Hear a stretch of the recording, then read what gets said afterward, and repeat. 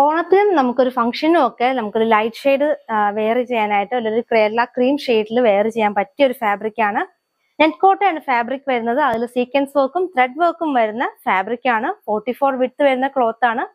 സാരിക്കാണെങ്കിലും കുർത്തിക്കാണെങ്കിലും നമുക്ക് ഒരേപോലെ യൂസ് ചെയ്യാൻ പറ്റുന്ന ഒരു ക്ലോത്ത് ആണ്. മീറ്റർ പ്രൈസ് വരുന്നത് 299 ആണ്. നല്ല പ്രീമിയം ആയിട്ടുള്ള ഒരു കളക്ഷൻ തന്നെയാണ്. അടുത്തതായിട്ട് നമുക്ക് ഈ ക്രീം കളറിൽ തന്നെ എംബ്രോയിഡറി വർക്ക് ചെയ്തൊരു ഫാബ്രിക് കാണാം. ഇത് വൺ സൈഡ് ബോർഡർ ആയിട്ടാണ് ഈ ഒരു ഐറ്റം വരുന്നത്.